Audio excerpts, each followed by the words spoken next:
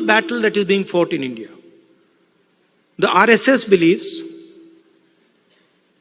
that India is one idea. And we believe that India is a multiplicity of ideas. And we believe, by the way, very much like the United States, we believe that everybody should be allowed to participate. We believe that everybody should be allowed to dream.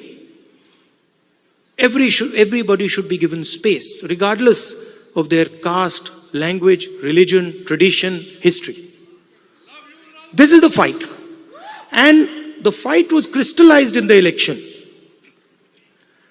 when millions of people in India clearly understood that the Prime Minister of India is attacking the Constitution of India. Because what I am saying to you, union of states, respect to languages, respect to religions, respect to traditions, respect to castes, this is all in the Constitution. Every single word that I have said to you is in the Constitution. The foundation of modern India is the Constitution. And what people understood in the election clearly, and I saw it happening. When I used to raise the Constitution like this, people understood what I was saying. They were saying that the BJP is attacking our tradition, attacking our language, attacking our states, attacking our histories. And most importantly, what they understood was that anybody who is attacking the Constitution of India is also attacking our religious tradition. Right? And that is why in my first speech in Parliament, you must have noticed, when I described Abhay Mudra, the fact that this is a symbol of fearlessness and it is present in every single Indian religion.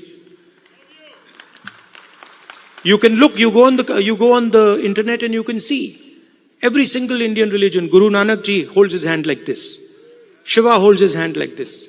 Every single Indian religion, the hand is a symbol of fearlessness. And when I was saying this, the BJP could not stand it. They don't understand. And we are going to make them understand. You see, and the other thing that happened that was very beautiful, that in fact I was amazed that it happened so quickly, was that fear of the BJP vanished, disappeared, gone. And we saw that immediately, within minutes of the election result, nobody in India was scared of the BJP or the Prime Minister of India. So these are huge achievements, not of Rahul Gandhi or the Congress party.